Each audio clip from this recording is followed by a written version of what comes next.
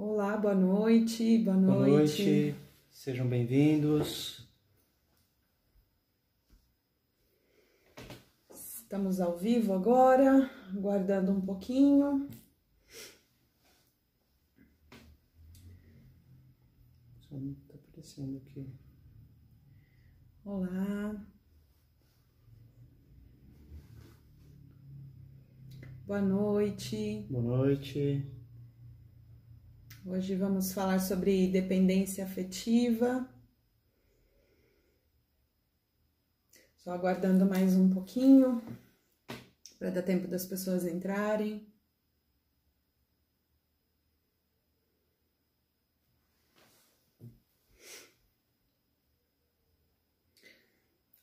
Atualizou? Não tá aparecendo aqui.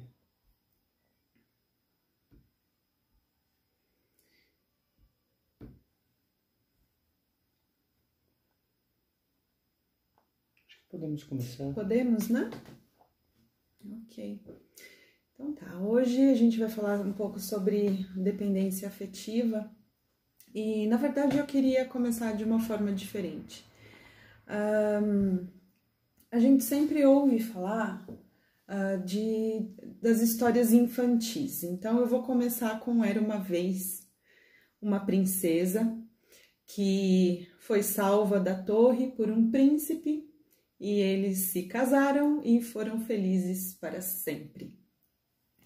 E aí eu quis começar assim porque a gente sempre ouve essas histórias e isso está no nosso inconsciente coletivo de que quando a gente se relaciona com alguém, a gente vai ser feliz para sempre. E nunca ninguém ensinou pra gente que como manter esse feliz para sempre. O que acontece depois que eles se casaram? E ninguém explica, ninguém ensina, e parece mágica, né? Então a gente começa a compreender as histórias das relações afetivas sob um ponto de vista de que a hora que ela acontece, ela se mantém sozinha, como mágica. E aí a gente passa a criar expectativas em cima daquela relação de que tem que ser daquela forma. O que muitas vezes acontece é que as pessoas passam a depender tanto uma das outras por conta desse feliz para sempre, que elas não percebem que elas começam a viver uma vida que não foi exatamente aquela do conto de fada que a gente sempre aprendeu e sempre ouviu. Então a gente está aqui para desmistificar um pouco essa história de contos de fada, de tem que ser feliz para sempre a qualquer custo. Não é mesmo, Rodrigo? Sim, a questão do príncipe, da princesa, os encantados, né? Uhum. Dos perigos, subir a torre mais alta, enfrentar um dragão. O homem tem que ser o provedor. Exatamente. E o salvador da mocinha, a né? A visão patriarcal, né? Uhum. A respeito do amor. É isso mesmo. Então agora falar um pouquinho, né, sobre a teoria do apego. Sim, sim. E aí, de onde inicia isso, né? A gente, desde criança, como ouviu todas essas histórias, isso significa que ela é passada de geração em geração. Aí vamos falar um pouquinho a respeito de algumas teorias de que a gente nasce e a gente precisa se vincular a alguém. E aí eu gostaria que você então explicasse um pouco a respeito de como que se formam esses vínculos desde que a gente nasce. Bom, na psicologia, né, então as mães que estão aqui presentes hoje, ou as futuras mães, saibam que na psicologia toda mãe é culpada de alguma coisa, né? Então, brincadeiras à parte, mas é um assunto muito sério, né? Porque o bebê, né, então assim, o bebê ele chega ao mundo e ele tem que se vincular a alguém. Então ele precisa, né, de afeto, de carinho, de amor. Então quando essas coisas falham, tudo o restante na nossa vida, de alguma forma, vai acontecer falhas. E isso também vai explicar em relação à forma de por que como os relacionamentos não dão certo, por que a gente tem tanta dificuldade de se encontrar num par amoroso, de dar continuidade nessas relações.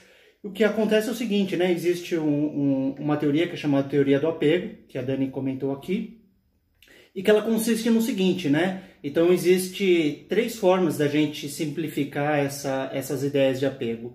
A primeira é o modelo saudável, onde o quê, né? Eu consigo estabelecer vínculo com as pessoas, tenho uma facilidade, né, para sentir afeto, expressar amor, carinho, desejo, e também se porventura essa relação acaba terminando, não dá muito certo, eu consigo, né, desfazer esse vínculo, eu consigo futuramente me vincular a outras pessoas sem maiores problemas. A outra forma, né, o que acontece, né, pessoas, então essa é infelizmente uma minoria que tem essa facilidade, né, saudável, porque a maioria de nós teve algum probleminha, né, ou na infância, de vínculo afetivo com os pais, já vou voltar nesse assunto, mas a segunda forma, né, é o modo ansioso. O modo ansioso é aquela pessoa que, quando ela conhece uma pessoa, ela, o tempo todo, é como aquela criança que tinha medo de separação, né, de separação dos pais, que os pais se afastavam, ela começava a chorar. Então, na forma como a gente vai se relacionar com um parceiro afetivo, um parceiro amoroso, isso vai representar a forma de como a gente se relaciona com ele, que é aquele modo inseguro, né? Ai, ele demorou para responder a mensagem. Será que ele ainda me ama? Ai, meu Deus, eu não sei o que eu vou fazer da minha vida se ele se afastar de mim. Ai, será que ele não chegou ainda, ele não me mandou nenhuma mensagem? Ai, eu preciso ligar para ele. Então, o que acontece, né? A pessoa ansiosa, ela acaba, infelizmente, por acabar sobrecarregando o parceiro ou a parceira, de forma que ele precisa o tempo todo, né, de que o outro demonstre carinho, afeto, interesse, porque ela não está confiando nela mesma, ela não está confiando naquele processo, porque algo interno dela, dentro dela, a forma de como ela se comporta, de coisas que vieram do passado, desde a infância dela, mostraram para ela de que ela teve um vínculo legal, mas que alguma coisa no processo aconteceu e ela teve uma perda. Ela teve uma perda de conexão com os pais, familiares, ou algum tipo de trauma afetivo que ela teve na infância ou adolescência. Então ela vai começar a desenvolver esse comportamento ansioso, né, o tempo todo, né? Então falos como, por exemplo, puxa, mas no passado você era assim, né? Você era tão carinhoso no passado e você mudou tanto. Então esse é o modo ansioso. E o terceiro modelo, né? O terceiro modo, que também é muito comum, é um modelo onde a pessoa ela tem uma esquiva, um distanciamento. Parece que aquela pessoa, sabe, que ela é muito fria no trato com o parceiro, com a parceira. Então, ela não dá muita atenção, ela se mantém mais distante. Então, quando um ansioso encontra o esquivo, é um grande problema, porque assim, o esquivo vai falar, você está me sufocando, você não me dá espaço, nossa, mas eu preciso responder a todo momento para você.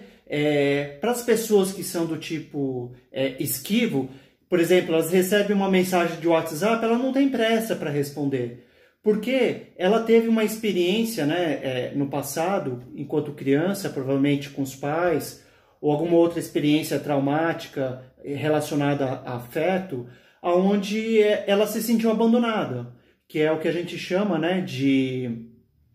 Como que era o nome mesmo? Você lembra, Dani?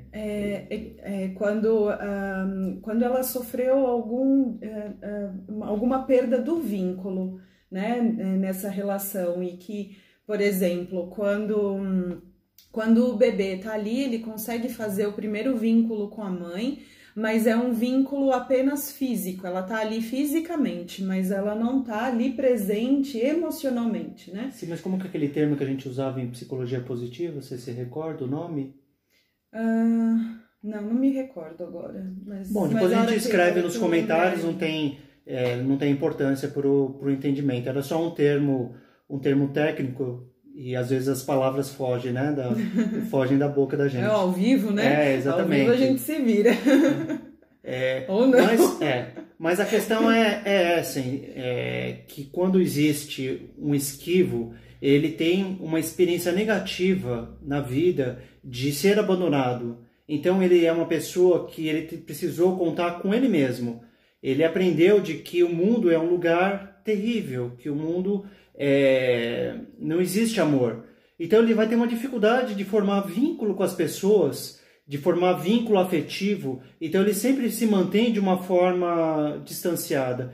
E isso começou, né, geralmente na infância, com os pais que quando ele era bebê, quando ele era novinho, ele chorava e ele não era atendido. Existiam, né, teorias antigas, né, inclusive na psicologia, que para você, quando a criança chora, você não deveria atendê-la. E isso hoje a gente sabe que é completamente equivocado. Se você faz isso, você na realidade está criando, né, um ser, uma pessoa que vai ter problemas lá no futuro de se vincular, de ter afeto, porque nós seres humanos precisamos, né, dessa... Ela desiste, né? Ela desiste, a gente precisa de afeto, precisa de carinho. Isso faz toda a diferença na relação. Então, é como se você sentisse, né, de que nada importa. Então a gente tem esses 3 modelos, né? O modelo saudável, onde eu consigo me vincular afetivamente com as pessoas, que significa que eu recebi bastante afeto, bastante carinho, amor.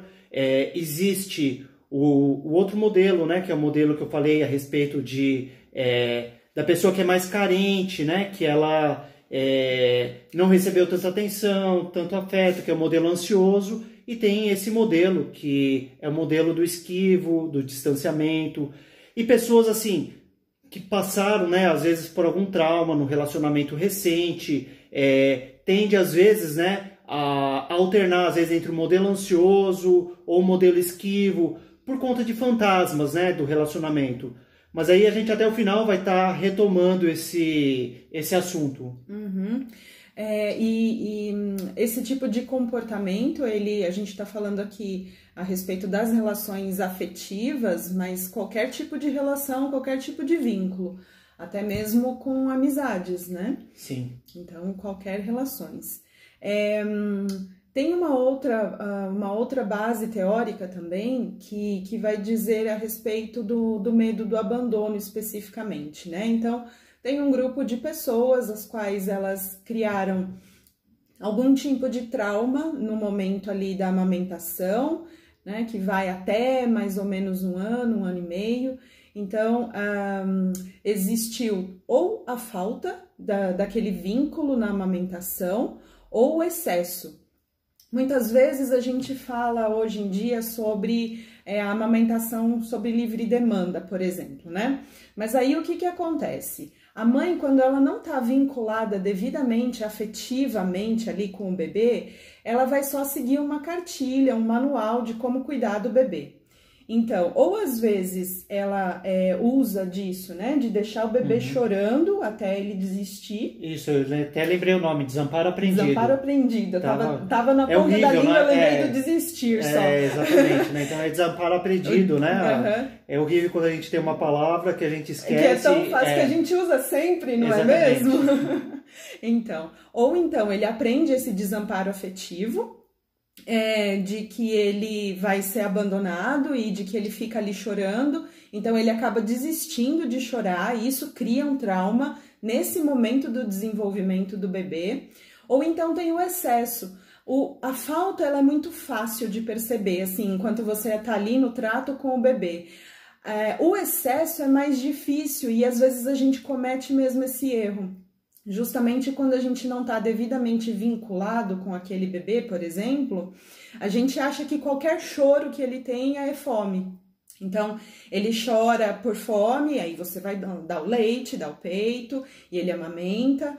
Ou então ele chora porque tá com a fralda suja, e aí a mãe, naquela ansiedade da livre demanda, porque isso faz parte atualmente dessa cartilha, né, que a gente tem que seguir.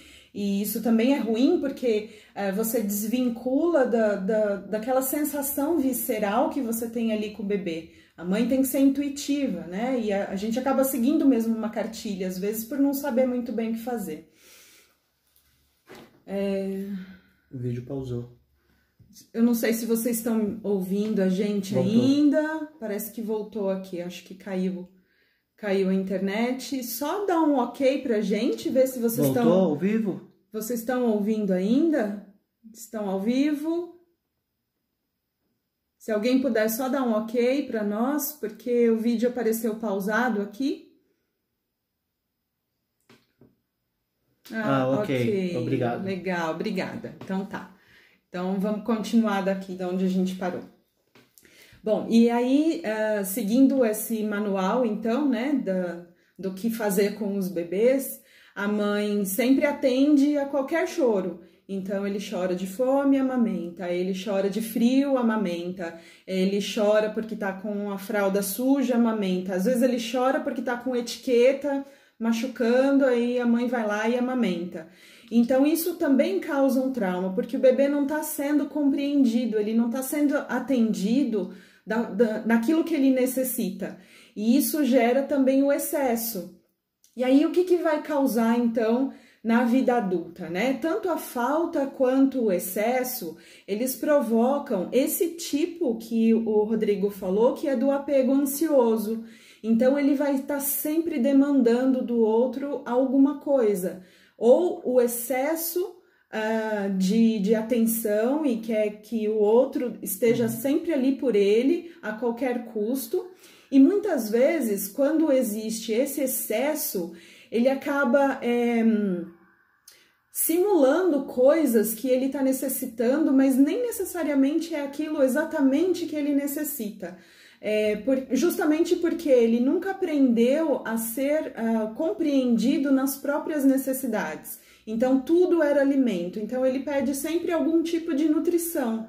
Aí eu tô falando da nutrição do olhar, da nutrição do mandar mensagem toda hora, e demanda esse tipo de atenção no excesso também. E a questão de que a gente vai também estar formando um adulto que futuramente vai ter distúrbios alimentares. Muito então, provavelmente. A gente pode, talvez, imaginar que às vezes pessoas que têm problemas com obesidade, que comem, né, de forma compulsiva, ou fumam muito, ou bebem muito, né, que é essa coisa mais preso, né, o que a gente chama de oralidade, tá muito ligado às vezes essa livre demanda que a Dani comentou, e esse comportamento, né, a forma de como ele recebia afeto, de como ele recebia carinho da mãe, era sempre através do alimento, sempre através da comida, e isso vai se perpetuando. E que muitas vezes, talvez, isso a gente pode até pensar, né, de que essa mãe é provavelmente uma mãe de apego ansioso, né? De que a gente pode pensar essa teoria do apego não somente, né, para pensar nas relações afetivas, mas nas relações de todos os tipos, que é aquela pessoa que ela é carente, ela precisa sempre de atenção, o locus de controle dela é externo. Ixi, pausou. Aqui pausou novamente, voltou? Voltou, né? O vídeo tá bom aí pra vocês? Só dá um ok pra gente, só pra ter certeza que a nossa internet aqui também tá ok. Se vocês ainda estão ouvindo, se alguém só puder dar um okzinho assim pra gente. Bastante gente entrando ótimo. Agora também. Obrigado. Obrigada. Tá falhando às vezes, né? A gente tá bem perto aqui do roteador. Infelizmente, talvez seja o horário, uma quinta-feira, né? Todo mundo fazendo live e assistindo live. Bom, a gente tava falando, né, então, a respeito do apego ansioso, né? Que isso... acaba, né, interferindo na forma, né? Pessoas que têm já um distúrbio, né? Exatamente. Alimentar. E o que acontece, né? E aí essas pessoas, quando elas vão se relacionar, e aí a gente tá falando de relações qualquer, a gente tá falando principalmente das relações amorosas, mas também qualquer tipo de relação, mesmo com amizades, a gente percebe esse comportamento, né? de que ela, como ela não sabe exatamente aquilo que ela necessita, porque qualquer coisa, qualquer migalha que a outra pessoa der para ela já é o suficiente, ela passa a se permear através do mundo do outro. Então, são aquelas pessoas que se adequam às vontades e aos desejos do outro para poder manter essa relação. Porque o maior medo dela é ser abandonado. Então, vamos lembrar lá, né? Quando o bebê tá chorando e que a mãe ou não atende ou atende em excesso, o medo dela é de ser abandonada por aquela mãe. Porque o vínculo não tá completamente feito. Ele tá feito de uma forma equivocada, né? Ele tá com distúrbio ali naquela comunicação do vínculo, naquela formação daquele primeiro afeto. E o vídeo pausou aqui de novo, mas parece que voltou. Eu vou continuar. Então, como sofreu exatamente um distúrbio na formação daquele afeto, essa pessoa vai repetir em todas as outras relações. Então, para não perder o afeto daquela mãe, o bebê, por exemplo, ele aceita a alimentação, mesmo que ele esteja incomodado com alguma outra coisa. Ou então um bebê que foi muito deixado no berço, qualquer afeto, qualquer toque, ele já se vincula naquele toque, né? Porque vamos lembrar que somos seres biopsicossociais. Nós dependemos do outro para a gente poder sobreviver, primeiramente, né? E aí, nessas relações, qualquer afeto, e aí vamos falar de adultos já, né? Qualquer afeto que a gente recebe do outro já é o suficiente porque a gente se conecta com aquela mesma sensação. Então, o medo de o outro nos deixar faz com que a gente se agarre a qualquer demonstração que ele puder, mesmo que aquilo não seja exatamente o que eu necessito. Então, são pessoas que buscam qualquer coisa, são aquelas pessoas que fantasiam até o parceiro que estão, porque ela passa a olhar qualquer expressão que ele dê de volta como algo surpreendente. Nossa, mas ele faz isso, ele faz aquilo, mas a pessoa não tá fazendo nada demais, sabe? Não é mais do que a obrigação, digamos assim, né? Dentro das relações, dentro de uma convivência harmoniosa, né? Mas ela entende aquilo como algo extraordinário, então ela passa a viver mesmo o mundo do outro, o que acaba fazendo com que ela se perca dentro dessa relação para poder agradar de qualquer forma. Tem gente falando aqui que tá travando um pouquinho. Aqui pra gente agora tá normal. Só dá um ok pra gente se voltou. É uma pena. A gente vai deixar gravada também essa live no IGTV. A gente tá fazendo também a filmagem pelo YouTube. Então, A Rose tá falando que tá ótimo. Tá ótimo, né? Então tá bom. Então a gente vai seguindo. Qualquer coisa a gente passa para vocês também. Só dá um toque pra gente, manda um comentário depois, a hora que sair no IGTV. A gente passa o link também do YouTube, porque aqui tá seguindo, tá bom? E aí no YouTube vai ser sem corte, só esses pequenos intervalinhos aqui que a gente tá, né? Então tá ótimo. Tá certo. Então, as pessoas falando que estão ok, então tá vamos bom. dar continuidade. Certo, então. Aí voltando, né, que eu tava falando dessa perda de identidade mesmo, que a gente... que pessoas, assim, que vivem esse comportamento de apego mais ansioso... aqui reconectou de novo. Voltou. É hoje. Não é a internet, é o Instagram, né? É o Instagram, a internet tá ok. Tanto que a gente tá acompanhando aqui por um outro dispositivo e tá ok. Voltando a respeito da perda de identidade, então, né? Porque essa pessoa, ela precisa de qualquer tipo de afeto. Então, ela vai fazer de tudo para poder manter essa relação pelo medo de ser abandonada mesmo.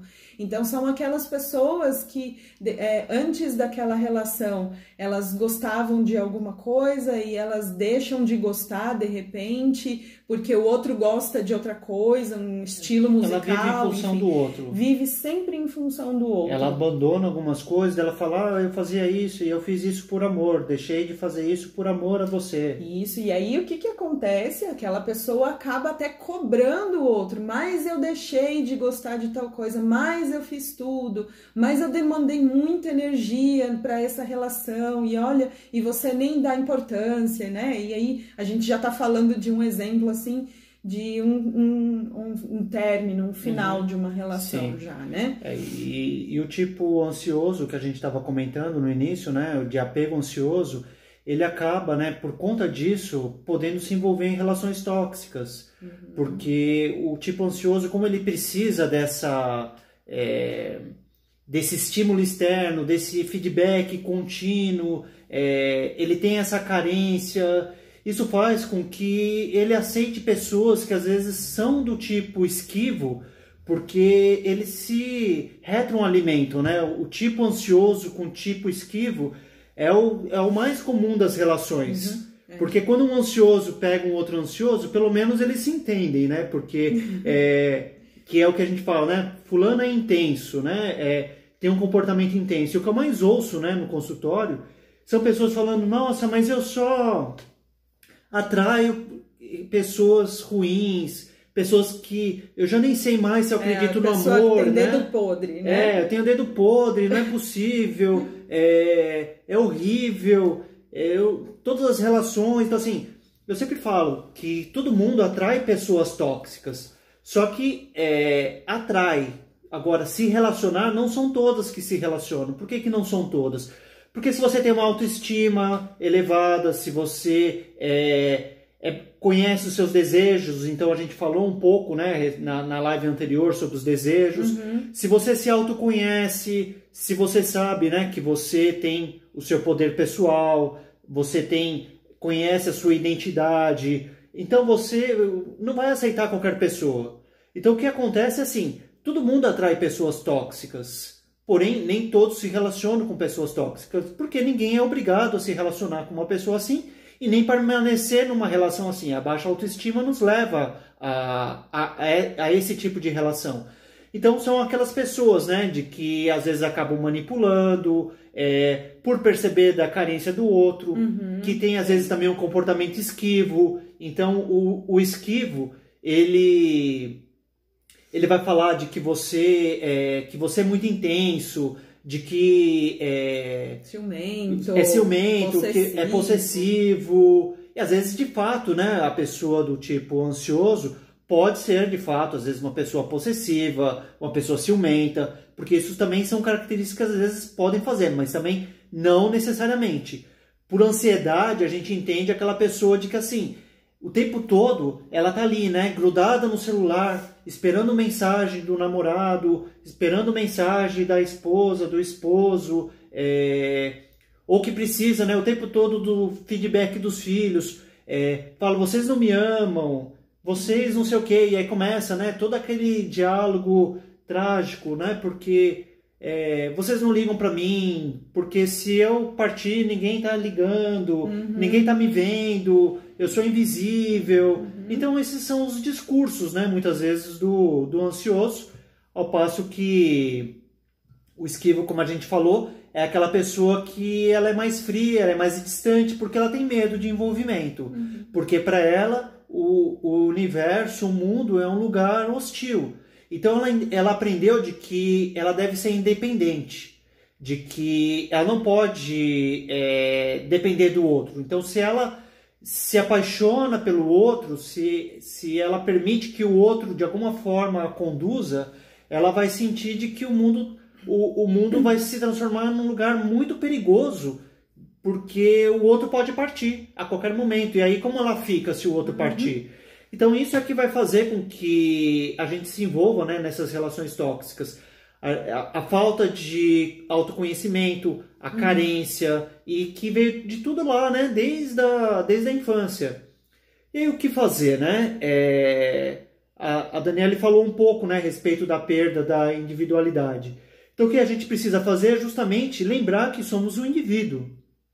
De que essa história de que preciso procurar a metade da minha laranja, não é bem assim. É claro, todos nós, entendo, somos seres interdependentes. Eu gosto muito do Thich Nhat Hanh, que é um filósofo oriental, que ele fala na palavra interser. Então todos nós intersomos. A gente depende, né, uns dos outros. Então assim, somos seres humanos. A gente precisa de afeto, de carinho. Então num certo grau, é claro, todos nós somos interdependentes. Precisamos de carinho, de afeto uns dos outros. Senão não existe amor dessa forma. Mas o que a gente está falando aqui é aquilo que foge, né? Que começa a ser doentio, que começa a ser danoso para o indivíduo. Que é justamente aquela pessoa que esquece de quem ela é. Então ela mascara, né? Ela vai, né? Então assim, ela veste algo que é para agradar o outro. Ela faz atividades, então ela passa a gostar de coisas que o outro gosta, não que a gente não possa gostar. Acho claro, que tudo né? Cabe experimentações. Sim, também, exatamente. Né? De repente, por exemplo, eu apresentei, por exemplo, para a Dani alguns seriados japoneses que eu gosto e ela começou a apreciar. E por sua vez, a Dani foi me apresentando o universo, por exemplo, de técnicas corporais, da bioenergética, de meditações, e eu fui também incorporando isso. Então, assim, é fantástico, né, quando existe essa interação, mas o que eu estou dizendo é de algo que é muito precioso para você e que você abre mão. Então, por exemplo, pode ser, e isso não é só mulheres, também tem homens, né? Então, qualquer um pode acabar, né, entrando numa relação tóxica pela sua falta de entender você como um ser humano que é uma pessoa completa, porque você nasceu nesse mundo e antes de você namorar alguém, você vivia com você mesmo, né? Você levava o seu corpo para passear em muitos lugares, sozinho. Até trazer algumas histórias assim que eu já ouvi em terapia, por exemplo, e que às vezes é muito sutil, né? Esse não deixar o outro ou como que eu entro no mundo do outro. Às vezes a gente não percebe, mas ele vem muito pelas beiradas, né? Quando atendi pessoas, por exemplo, vou citar alguma coisa aqui, mas sem dar nomes, né? Mas por exemplo, a pessoa que gostava de fazer um determinado esporte, e aí sempre que saía para fazer esse determinado esporte, a parceira dava uma olhada com uma cara feia e falava, vai de novo? Aí teve uma hora que essa pessoa parou de ir. Então, às vezes é muito sutil, assim, né? Essa toxicidade, né? Nas relações, esse controle de... Essas relações abusivas, né? Isso. Mas aí já entra no lado patológico mesmo, né? No que a gente fala em afeto, em amor, a história que os opostos se atraem, na realidade, no quesito de amor, não é bem assim. Os opostos, eu acho que eles se afastam. Então, o que funciona muito mais são pessoas que têm afinidades, que, lógico, não precisa ser igual, né? Se for igual, você vai se relacionar com o seu espelho. Aí é o caso do narcisista, né? Que uma outra hora a gente conta, né? Sobre aquela pessoa que é tão apaixonada, né? Que é o caso de Narciso, que ele se afogou apaixonado pela autoimagem. Então, não se trata também de ser um narcisista. Mas é o caso, né? De que pessoas que têm afinidades, então, por exemplo... eu e a Dani temos muitas coisas em comum, né, Dani? A própria psicologia, né? A psicologia nos une, interesses por filosofias orientais, práticas holísticas, somos ambos vegetarianos, então as nossas ideias casam. A gente gosta, assim, de pensadores da psicologia, da filosofia também que temos em comum. Então tudo isso nos aproxima um do outro, né? Enriquece o relacionamento. O vídeo pausou aqui de novo, só para saber. Acho que voltou. E tem muitas coisas que a gente tem, né, de diferente e que a gente mantém. Por exemplo, o Rodrigo adora fazer exercícios, ele precisa. E eu já tentei, fui lá, tá bom, vamos lá fazer, né? Mas não é a minha cara. Então, ele continua fazendo exercício dele e eu fico olhando. E tem a questão também, assim, e tudo isso é importante de que tem um termo que eu gosto muito, né, que a gente fala em solidão e solitude. Então, quando a gente cultivar a nossa individualidade, não é ser egoísta. Então, é cultivar a nossa individualidade de saber, eu sou uma pessoa, a Dani é uma outra pessoa diferente de mim. Podemos fazer coisas juntos, mas a gente não precisa necessariamente fazer tudo junto. Então, tanto eu quanto a Dani, tem momentos que a gente fala que a gente tem os nossos momentos gato. Não sei se quem aqui tem gatos, né? Mas os gatos gostam, né? Daqueles momentos que eles estão sozinhos. Que eles vêm, né? Quando eles apreciam. Quando eles querem, né? Não, ao passo que, né, os cachorros eles já são mais dóceis. Já os gatos, eles têm aquela coisa assim de...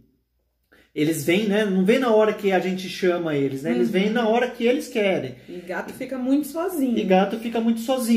Então, é importante que às vezes a gente também tenha momentos gato, né? Momento de cultivar a nossa individualidade. Então, às vezes é ir ouvir uma música ou assistir um programa, um filme. Então, assim, eu gosto muito de filmes de artes marciais. A Dani já não gosta tanto.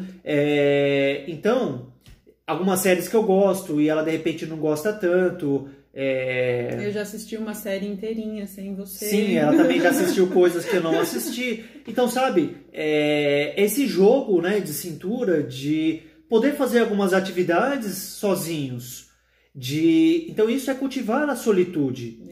Eu até comentei isso porque eu já ouvi de pessoas que têm ciúmes do outro assistir um capítulo daquela série que eles estão acompanhando.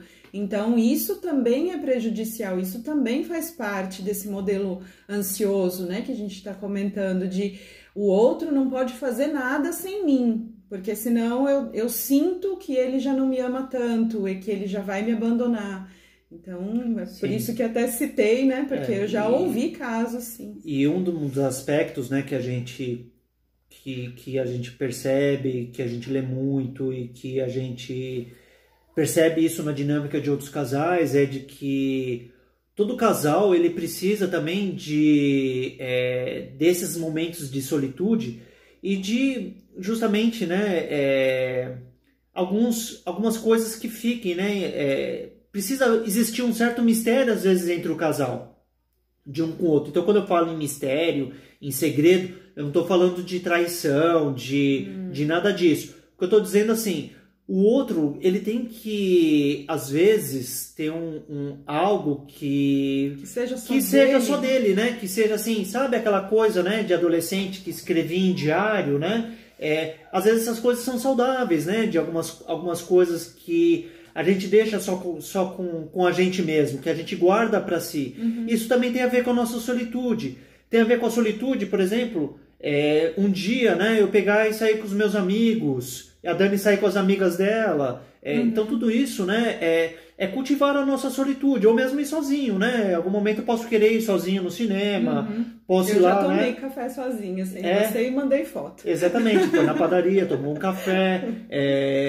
Eu gosto, por exemplo, de ir em livrarias, daí eu fico lá, acabo ficando lá um tempão. Às vezes a gente pode ir no shopping e a gente tá com o celular e fala, eu vou ver, né? Sem outra. Tal horário a gente volta e combina e se reencontra. Então é essa coisa, sabe? De vamos fazendo uma atividade juntos, vamos fazer atividades também separados. Isso é importante, né? De que o casal tenha isso. E de não forçar ninguém a ter que fazer o mesmo que você vai fazer. Tem que ser assim. Claro, é gostoso quando um casal tem cumplicidade de fazer coisas juntos.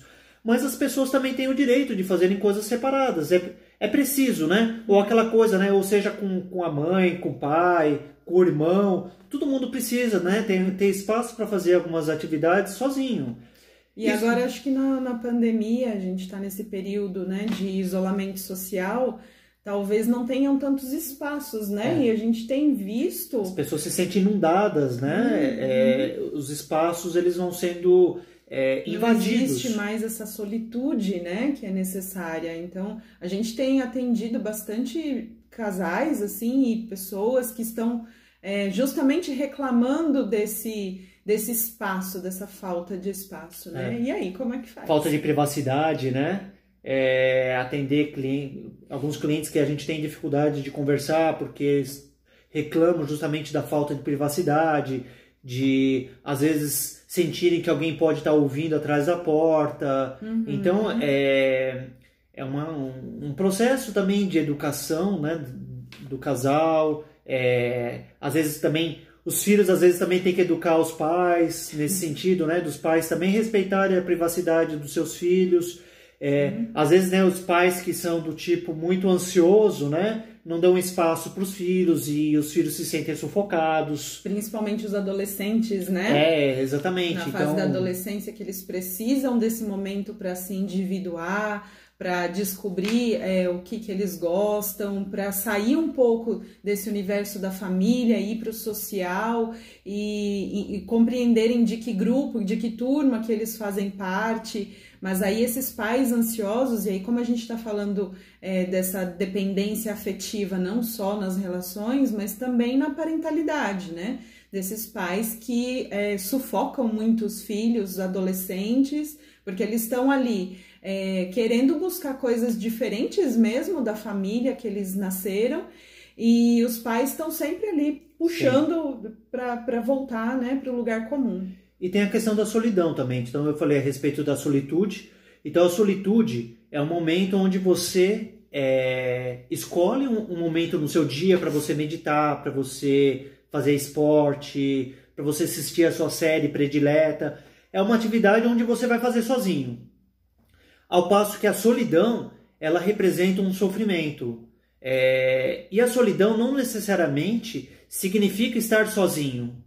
Então tem pessoas que às vezes elas estão cercadas de pessoas, mas a percepção dela a respeito do mundo é um lugar frio, né?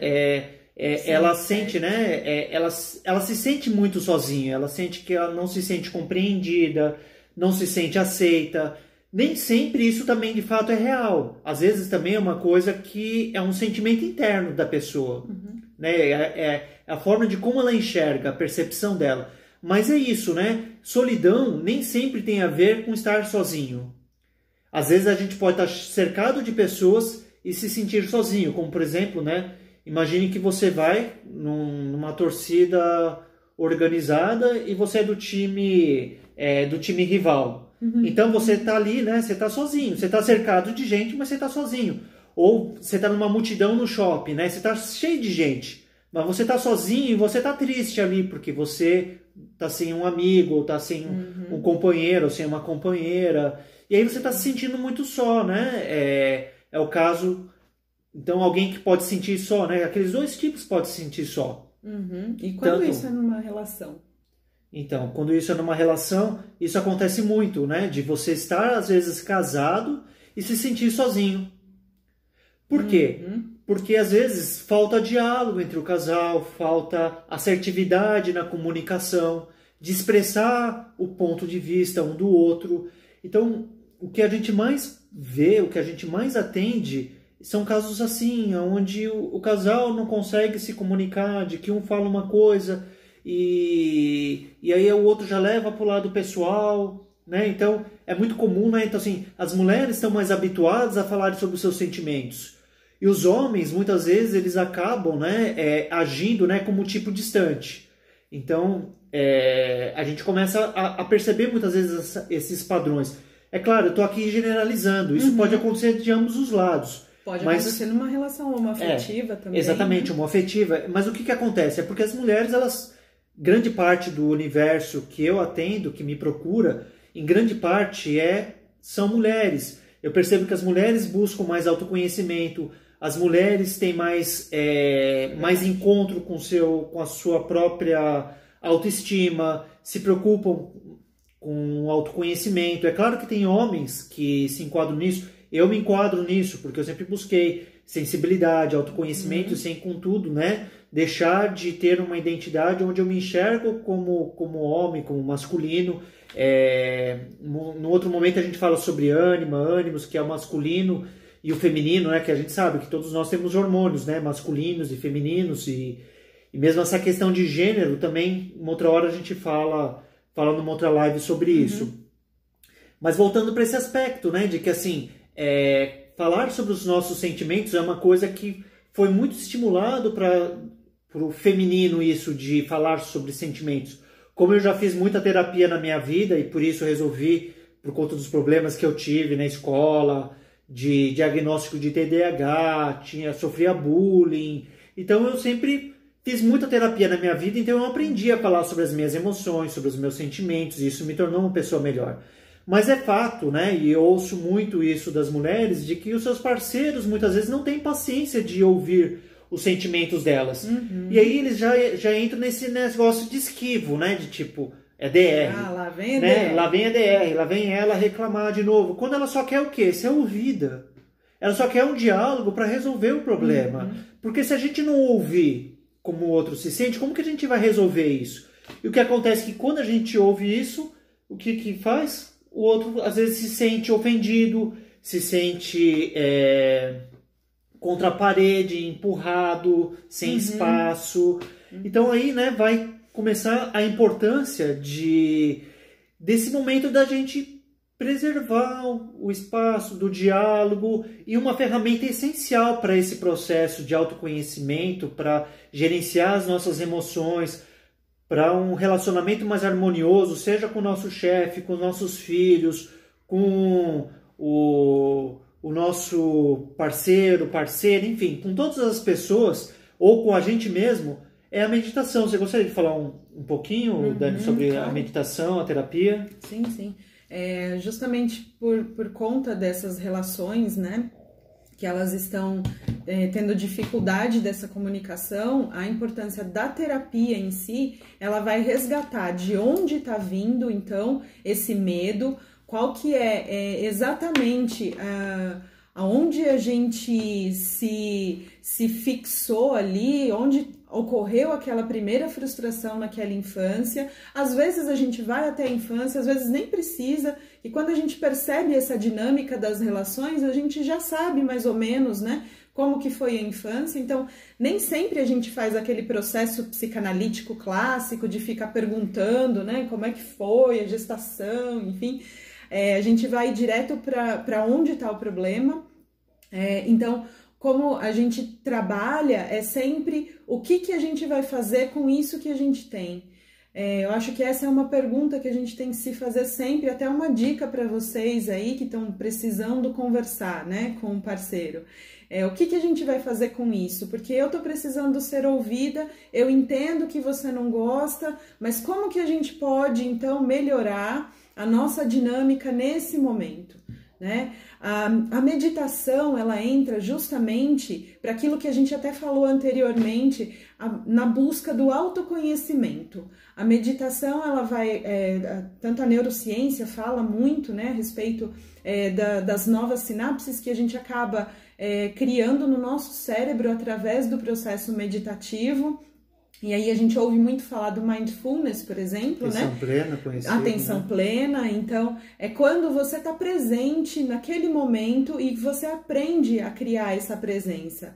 E aí acaba diminuindo os espaços dessas relações, né? Porque você, ao invés de estar ali, ou com o seu parceiro, ou com o filho, pensando no trabalho, ou pensando no problema, ou pensando na conta, você aprende a voltar para o aqui e agora. Então, nesse momento, com essa pessoa, eu resolvi, então, estar em atenção plena, eu resolvi estar completamente presente naquela relação.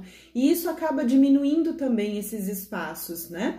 Você tem lá o teu momento de individualidade, que é naquele momento que você está, de fato, meditando, e aprende também a lidar com o mundo do outro, né?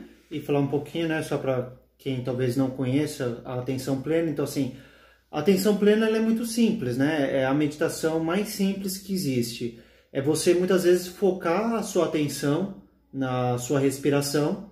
Geralmente você faz uma respiração que a gente chama de respiração diafragmática ou respiração abdominal, que é uma respiração com a barriga, que é aquela respiração que todos já devem ter observado, que é a respiração natural, principalmente o bebê, que a barriguinha cresce e diminui, cresce e volta. E você manter a sua atenção àquilo, e os pensamentos você não briga com eles. Você só toma consciência. Então, por mais agitado que esteja a sua mente, você só vai perceber que sua mente está agitada. Você não vai brigar que você está tendo pensamento, não é ficar sem pensamentos. Porque algumas pessoas falam, mas eu sou muito agitada, eu não consigo meditar, eu não consigo ficar parado. Não é não pensar, né? Então, as pessoas levam isso, né? Tem esse mito. E para a gente começar, né, entrar no último assunto, se vocês se interessarem, em algum outro momento a gente pode falar só sobre meditação, sobre técnicas. Essa é a mais simples que eu costumo ensinar para os meus pacientes, que eu falo que os pensamentos são como ondas do mar, que eles sempre estão ali, né? Eles vão e voltam e a gente não deve dar importância para eles. Falar um pouquinho, né, então, para estar finalizando a live, sobre a monogamia em série, que acho que poucas pessoas, né, já ouviram falar sobre isso. A monogamia em série, ou monogamia serial, é um comportamento que ele está muito ligado também com essas questões de dependência afetiva, porque são pessoas geralmente do tipo esquivo, que quando uma relação ela fica muito séria, ela começa a crescer, ele tem uma necessidade de sabotar aquela relação, então ele se auto-sabota, ele termina aquela relação e parte para uma outra. Né? Então ele sempre está, ele sempre está quebrando os relacionamentos. Quando algo se torna muito sério, ele precisa sair. Ele não consegue se fixar com uma parceira, um parceiro, porque ele tem essa necessidade o tempo todo de o relacionamento, né? Então ele termina antes do relacionamento terminar, porque ele tem medo de ser rejeitado. Então, para ele não lidar com a perda, com o medo da rejeição, ele nem percebe que ele faz isso. Ele acredita, né, de que ele não consegue amar as pessoas, de que ele perde o interesse rápido. Mas muitas vezes o que está acontecendo são dores do passado, né? Às vezes ele até passou por experiências também de relacionamentos anteriores, onde ele também foi rejeitado, se viu abandonado de repente, e aí ele se tornou mais frio. Só que ele tem essa dependência, né, de estar sempre se relacionando com alguém. Então ele termina uma relação, ele nem elabora o luto dessa relação, ele já parte para uma outra relação. E quando essa relação se torna mais forte, mais sólida, mais séria, ele já vai embora, né? Então, retira, né? Esses seriam os temas, né, que a gente queria colocar um pouquinho para vocês, né? É muito rico, teria muito mais coisas para falar, né? Então a gente vai falando, né? Em algum outro momento a gente retoma esse assunto com outros pontos, né? O amplificando, né? Vocês podem, né, depois dos comentários, falar pra gente o que vocês gostariam de saber, pra gente fazer outras lives, sugerir temas que vocês gostariam que a gente abordasse. E se vocês tiverem alguma pergunta, né, acho que ainda dá tempo de a gente dar aqui. 6 minutos. A Mel tá falando aqui que ela tem dificuldade de meditar, né? Então, Mel, é comum essa dificuldade, tudo aquilo que é novo, que a gente não tem ainda um hábito instalado, é difícil, né? A Dani comentou, por exemplo, a respeito de atividade física, né? Que ela não consegue fazer atividade física. Então, é uma questão, né, de motivação. Hoje eu estava falando, né, com um paciente meu sobre isso, né? De que ele estava com dificuldade de criar hábitos. E eu mostrei para ele, eu falei, mas você tem um hábito, você é assíduo, você nunca falta na terapia. Aí ele falou para mim, eu não falto na terapia porque eu vejo resultados e faz com que eu me torne melhor. Então isso motiva ele. Então talvez a meditação, se você começar e pensar nos resultados que isso pode trazer para você, você comece a tentar fazer essa prática. 10 minutos, né, é o recomendado pela ciência para que você tenha resultados neurofisiológicos, na forma, vai literalmente alterar a forma física do seu cérebro, se aumenta a massa cinzenta, altera o processamento de emoções, aumenta a memória. A atividade do neocórtex também, que é a de tomada de decisão. Então, é por isso que é importante. Eu acho que uma dica aqui que eu tenho para te dar, Mel, é presta atenção na respiração. Então, sempre que você estiver lá fazendo a meditação, você inspira bem lentamente e expira bem lentamente e vai prestando atenção na sua própria respiração. Isso já é uma forma, então, de você se manter em atenção plena, né? Porque você tá ali na sua respiração, com a sua própria respiração, né? Então, você tá vendo aí se tem mais alguma coisa? Tô vendo aqui. E quando somente uma parte quer tratar a relação, a Mel perguntou também, né? Bom, aí isso é um grande problema. O relacionamento vai ficar ruim, né? Se uma parte só, pode acabar levando um esgarçamento da relação e uma ruptura. Se não houver essa mudança, né, de conduta de uma das partes, de querer se trabalhar, de querer conversar, o que vai acontecer é que vai haver naturalmente uma ruptura ou vai ser uma relação forçada, né? Hoje em dia as mulheres não permanecem mais nas relações como eram no passado, né? Talvez no tempo dos nossos pais, avós, porque hoje, ainda bem, né, as mulheres têm independência financeira, elas hoje têm oportunidade de estudar, então quando uma relação fica ruim, o que vai existir é um divórcio, é um rompimento daquela relação, exceto, né, quando o parceiro ou a parceira, no caso, que é resistente, se inteirar da importância de tratarem da relação. Então é uma coisa que acaba naturalmente. Muitas vezes os casais chegam nessa situação pra gente já como última tentativa, né, de salvar a relação. Algumas vezes pode até funcionar, outras nem tanto. Mas o que acontece nesse modelo, até relacionado com o tipo de apego, né, tanto de um ansioso com um esquivo, por exemplo, o que acaba acontecendo é que um fica acusando o outro, né? Justamente isso que a gente tem falado sempre, de que, mas você quer demais, mas o outro também não dá porque ele também tá com medo de se aprofundar mais. Então, eu acho que até vale a pena uma outra live, né, em algum outro momento, pra gente falar só sobre comunicação assertiva. Vamos? Né? Uma outra hora a gente faz o que vocês acham para tratar de comunicação nas relações? E comunicação assertiva, acho que... E sempre que a gente fala em relação, não é relação somente com o outro, mas relação consigo mesmo. De que muitas vezes o problema de relacionamento já começa com a gente mesmo, né? Então, se eu tenho dificuldade de me relacionar comigo mesmo, imagine com os outros. Né? Se a forma de como eu trato a mim mesmo é agressiva, imagine com os outros. Então, esse é o grande desafio, né? Já é desafiador se relacionar consigo. Imagine com mais pessoas, seja com o chefe, com a família, com os amigos. Bom, o nosso tempo aqui tá acabando, né? O Instagram, ele acaba encerrando, né? Fecha. Então, a gente vai encerrando aqui. Obrigado, né, por nos ouvirem. Gratidão. Obrigada a todos que estão assistindo. Se vocês puderem depois, né, vai ficar gravado lá. Se vocês puderem depois compartilhar com pessoas que vocês acham que a mensagem dessa live foi importante, por favor, podem... A Mônica tá falando que a Miriam e a Mônica estão falando que vale a pena, então, a gente fazer a respeito de comunicação assertiva. Vamos nos programar. Como expressar de maneira objetiva e sem agressividade. Vamos? Próxima? Vamos, muito obrigado, gente. Obrigada, gratidão. A gente vai encerrar aqui e vai ficar depois disponível para vocês daqui a pouquinho aqui na página, para vocês depois compartilharem com quem vocês desejarem sobre o tema. Obrigada. E quiserem escrever alguma coisa nos comentários, alguma pergunta, fiquem à vontade também. Depois compartilhe o vídeo, né? Obrigada. Obrigado. Tchau, tchau. Tchau.